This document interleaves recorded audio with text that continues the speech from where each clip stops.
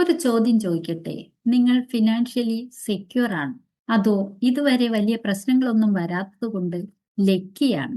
രണ്ട് വ്യക്തികളുടെ കഥ പറയാം. രവിയും രാജേഷും. ഇൻകം ഒരുപോലെ, റിസൾട്ട് വ്യത്യസ്തമാണ്. സാലറി വരുന്നു, അതുകൊണ്ട് തന്നെ എല്ലാം ഓക്കെ എന്ന് കരുതുന്നു.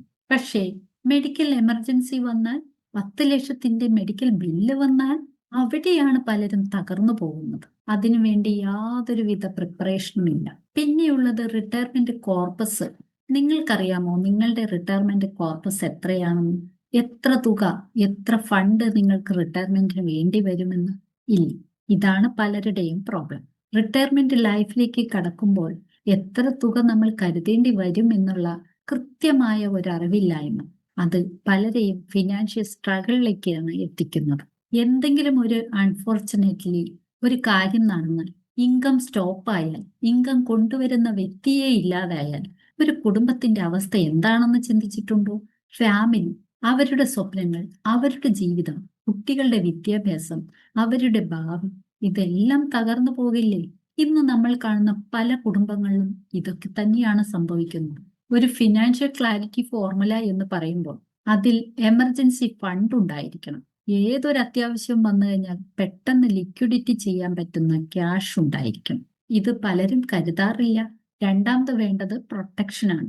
Life protection. ഇൻകം നിലച്ചാൽ ആ കുടുംബം എന്ത് ചെയ്യും? ഇവരുടെ ഭാവി എങ്ങനെ മുന്നോട്ട് പോകും? ഇതിനു വേണ്ടിയുള്ള പ്രൊട്ടക്ഷൻ. അതേപോലെ തന്നെ ഹെൽത്ത് പ്രൊട്ടക്ഷൻ. ഒരു മെഡിക്കൽ ബില്ല് വന്നാൽ, വിചാരിക്കുന്നതിനും അപ്പുറമുള്ള ഒരു അസുഖം വന്നാൽ, ഇതെല്ലാം കുടുംബത്തിന് തകർത്ത് കളയും. അതിന് പ്രിപ്പയർഡ് ആയിരിക്കണം. പിന്നെ റിട്ടയർമെന്റ് ഫണ്ട്.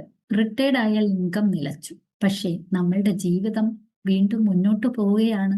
എക്സ്പെൻസസ് വീണ്ടും കൂടിക്കൊണ്ടിരിക്കുകയാണ്. ഇതിനെ മറികടക്കാൻ, ഇതിനെ ഫേസ് ചെയ്യാൻ നമ്മൾ പ്രിപ്പയർഡ് ആയിരിക്കണം. ആരുടെയെങ്കിലും മുന്നിൽ കൈനീട്ടി ജീവിക്കണോ, അതോ സ്വന്തമായി കിട്ടുന്ന വരുമാനം കൊണ്ട് ഭക്ഷണവും മരുന്നും വാങ്ങണം?